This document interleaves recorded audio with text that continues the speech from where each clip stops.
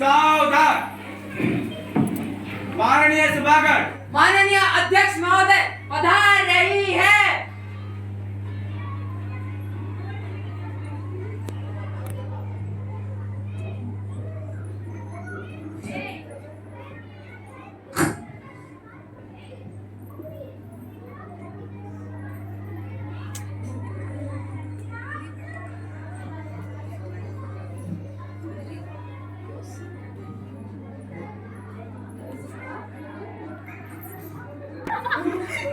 Morning, honorable members. I kindly welcome you all to the winter session of the Youth Parliament. Hope the session will be a very fruitful one as we sit out to deliberate the important matters concerning the nation. Today's first business is the oath-taking ceremony. Secretary General, please. Ms. Harshita Samal, who stands elected from the Koraput, take an oath or an affirmation. Ms. Harshita Samal, please. Ma'am, would you like to take an oath or an affirmation? Oath, please. Ma'am, in which language would you like to take the oath? In Odia, please.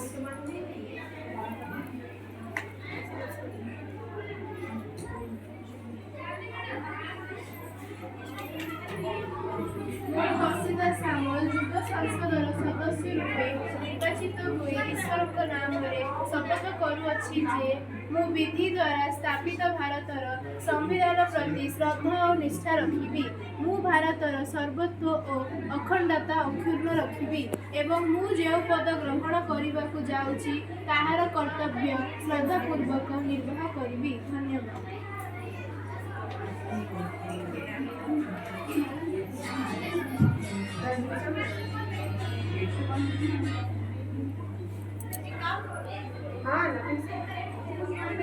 When you will come?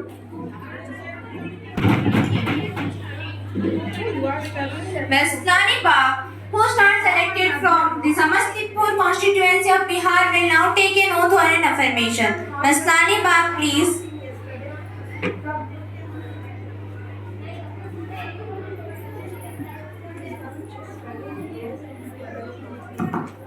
Ma'am, would you like to take an oath or an affirmation? Oath, please. Ma'am, in which language would you like to take the oath? In Hindi.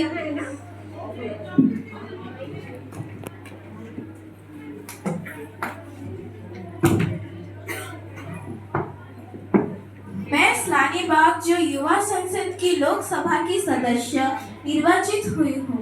ईश्वर की शपथ लेती हूँ कि मैं विधि द्वारा स्थापित भारत के संविधान के प्रति श्रद्धा और निष्ठा रखूंगी, देश की प्रभुसत्ता और एकता बनाए रखूंगी तथा जिस पद को मैं ग्रहण करने वाली हूँ उसके कर्तव्य का श्रद्धापूर्वक निर्वहन करूंगी। धन्यवाद।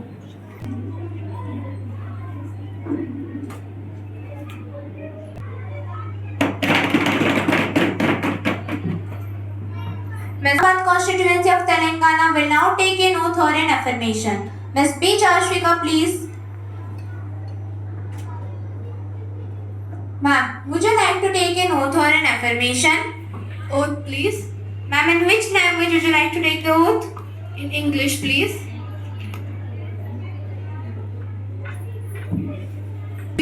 Having been elected as a member of the lower house of the Youth Parliament, do swear in the name of God that I will bear true faith and allegiance to the Constitution of India as by law established, that I will uphold the sovereignty and integrity of India, that I will faithfully discharge the duty upon which I am about to enter. Thank you.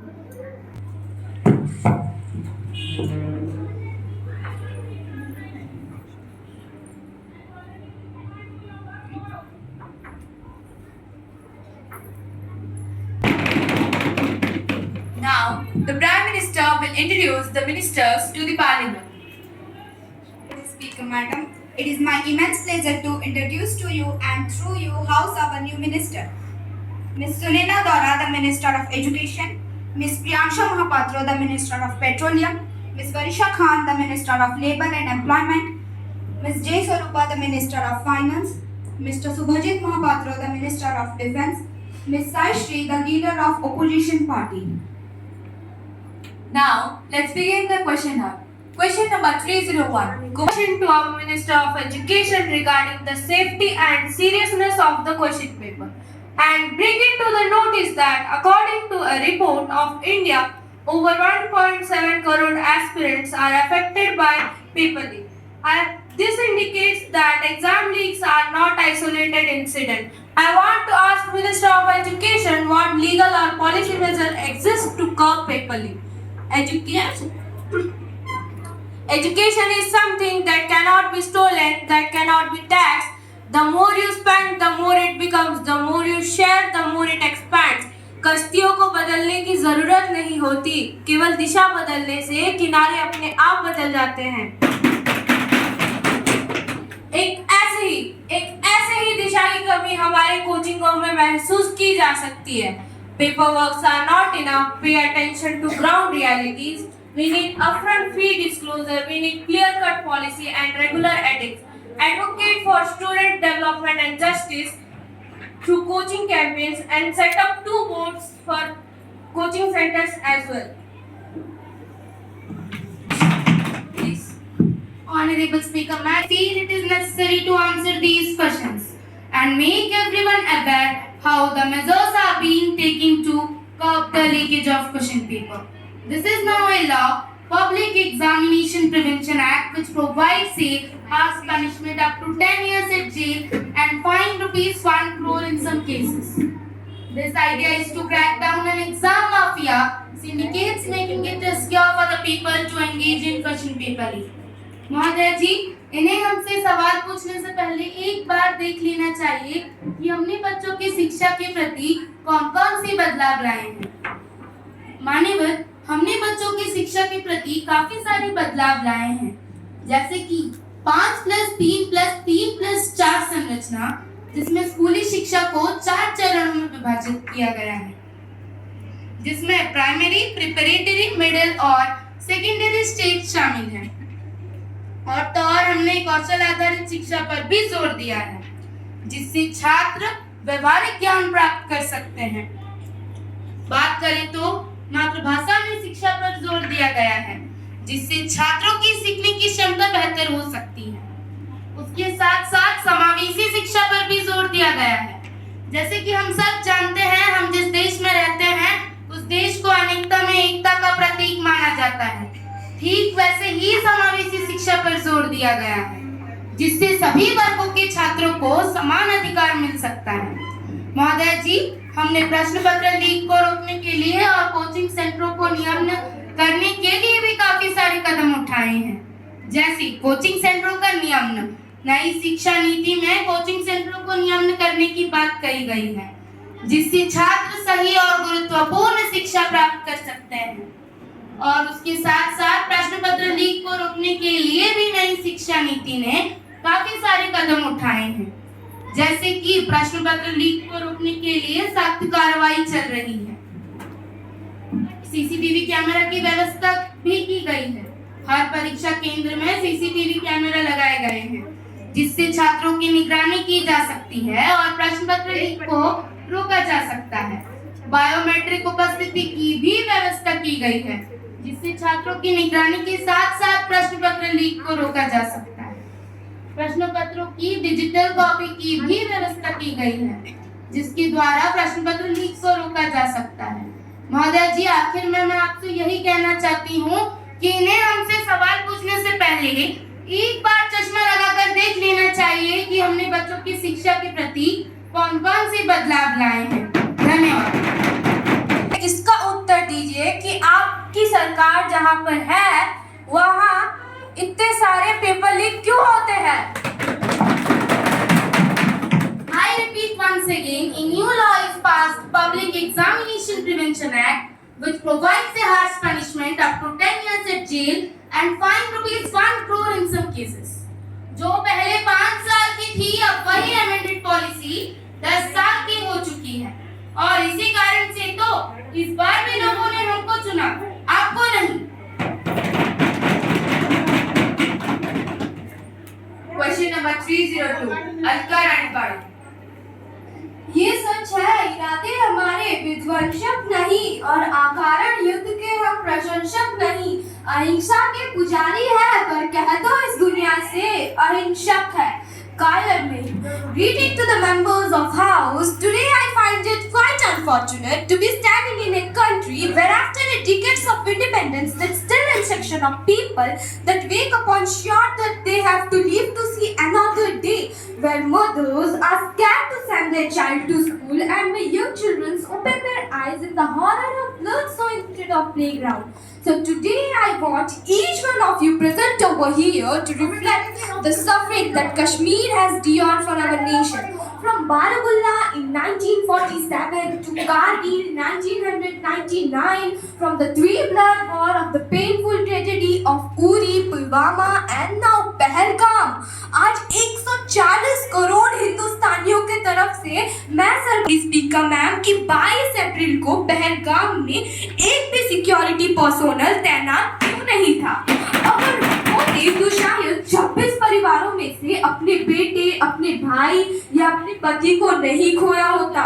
Who is now accountable for this massive security lapse in one of the most sensitive regions of the earth? How many more Pahalgam have to have been for our government to realize the worth of Kashmir? Pakistan की सरहदों पर कुछ पटाखे जलाने से ना वो देश कभी सुधरा है ना ही सुधरेगा।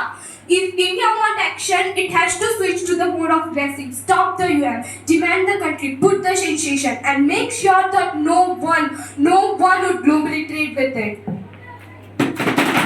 Greetings, Speaker Madam. The soldiers and the local security units were performing their assigned duties, which include area domination, patrolling, and maintaining secure zones across multiple sensitive points. I assure this House that our soldiers were neither negligent nor absent. They were performing their duties as mandated, and the government stands firmly with the forces who work day and night under extremely challenging conditions. Pulwama के बाद बालाकोट दिया, पहलगाम के बाद operation सिंदूर किया। मैं चाहता हूं कि हम पाकिस्तान को ऐसा जवाब दें कि कांपने के लिए उनकी रूह ही ना बचे। As चाणक्य said once, जो अपने शत्रु के साथ दया करता है वो अपने लोगों के साथ अन्याय करता है। India's patience should not be mistaken as its weakness. Operation Sindoor केवल एक सैन्य कार्रवाई नहीं थी, बल्कि यह भारत की राजनीतिक, सामाजिक और रणनीतिक इच्छा शक्ति का प्रतीक था।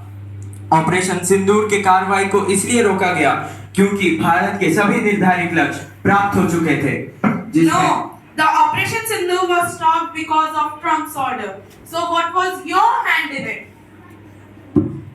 दुनिया के किसी भी कंट्री के पीएम ने हमसे ऑपरेशन रोकने के लिए नहीं कहा। अमेरिका के उपराष्ट्रपति ने हमसे बात करने के प्रयास किए और हमने यही कहा कि पाकिस्तान अगर हमला करेगा तो बदले में हम भी हमला करेंगे। जैसे कि मैंने पहले भी कहा है, यह सिंदूर की रानी शौर्य की कहानी है, भारत के मस्तक पर वीरता की निशानी है। यह ऑपरेशन हमारे आतंकवाद के खिलाफ जीरो टॉलरेंस पॉलिसी को भी दर्शाती है। प्रतिपक्षी ने कई बार पूछा अध्यक्ष महोदय कि भारत के कितने विमान गिरे। उन्होंने एक बार भी यह प्रश्न नहीं पूछा कि भारत ने पाकिस्तान के कितने विमान नष्ट करे। उनका प्रश्न यह होना चाहिए था कि क्या ऑपरेशन सिंदूर सफल हुआ, तो उसका उत्तर है हाँ। क्या उन माँ बेटी जिनका सिंदूर मिटा, उनका बदला हमारे वीर सपूतों ने इस मिशन के द्वारा लिया, तो उसका उत्तर है हाँ। धन्यवाद। Question number 303, सबीना निशा। बड़े कहते थे पढ़ो लिखो यही भविष्य की तैयारी है, पर किसे पता था इतनी मेहनत के बाद भी बेरोजगारी ही हाथ आनी है।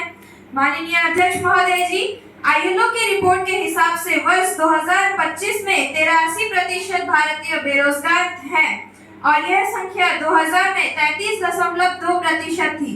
स्पीकर मैम, मैं आपके माध्यम से लेबर एंड एम्प्लॉयमेंट मिनिस्टर से आखिर ये जानना चाहूंगी कि आपकी सरकार द्वारा युवाओं में बढ़ती बेरोजगारी को कम करने के लिए अब तक क्या कदम उठाए गए हैं? Minister of labour and employment please. माननीय अध्यक्ष महोदय जी, ये बात सत्य है, हमारे देश से बेरोजगारी पूर्ण रूप से समाप्त नहीं हुई है, परंतु हमारे सरकार इसको कम करने के लिए अनेक कारगर उपाय लगातार किए जा रहे हैं। सरकार ने बजट 2024-25 में 5 वर्ष की अवधि में 4.1 करोड़ युवाओं को रोजगार दिए हैं। Creating employment by improving employability has been the priority of the government. Thank you. Question number 304, Nafisa Mirza. Speaker Madam, today to see that our country is progressing at a high speed. We see that the automobile industry has been multiplying its production, especially the two-wheeler sector.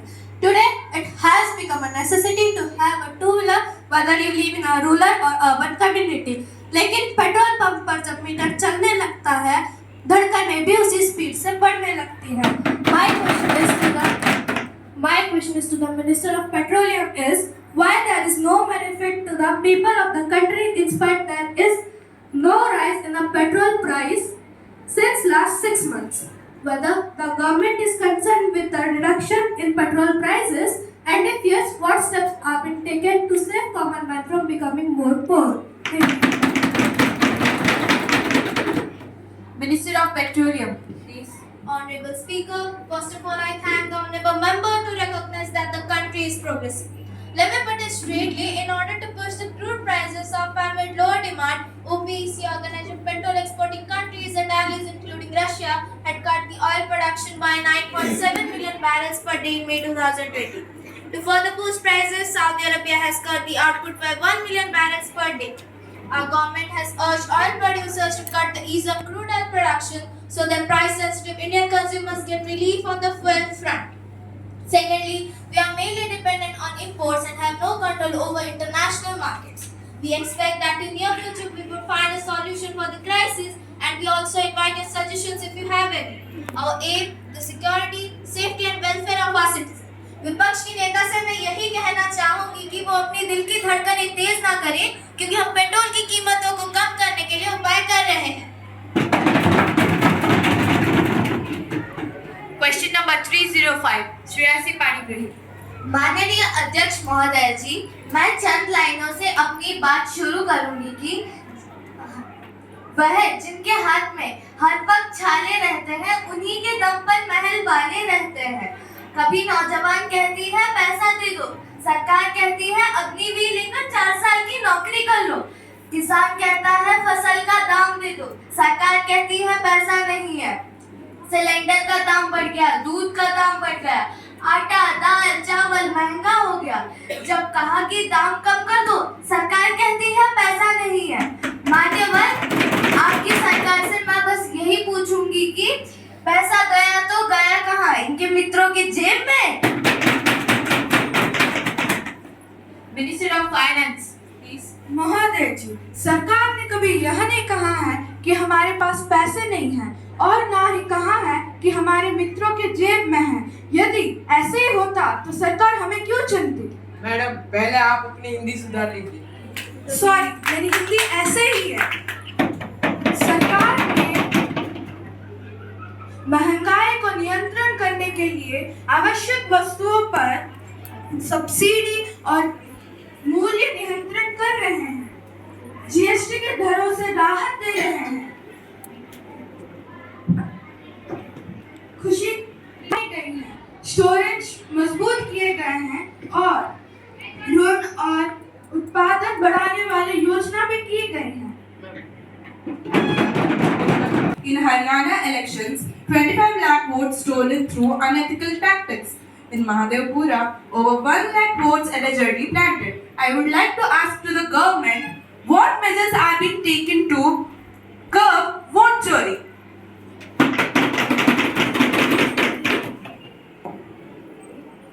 मान्यवर, आखिर सरकार vote चोरी पे चुप क्यों है?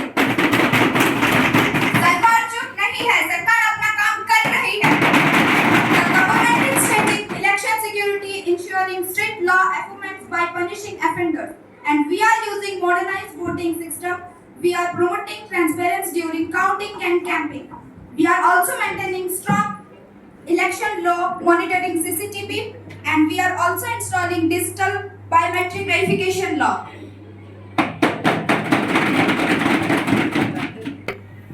Ms. Shruti Rani Jana. Tax Bill 2025, replacing the Income Tax Bill Act 1961 with the goal of simplifying procedures, reducing complex burdens and moderating outdated provisions. The main features are providing simplified languages, reducing sections and chapters, and tedious rules. Thank you. The Bill of Income Tax 2025. Those who are in favor of, please say aye. Aye. Those who are against this, please say no. No. I think the ayes have it. The ayes have it. The ayes have it. The motion is adopted. Ms. Lopamudra Behera will introduce the second bill. Honorable Speaker Madam, Electricity Bill 2025 aims to modernize India's power sector by promoting competition in distribution, strengthening regulatory oversight and ensuring cost-effective tariffs. Key features include removing cross-subsidy for industry and railways within 5 years, introducing multiple distribution licenses and empowering state electricity regulatory commissions. The Electricity Bill of 2025.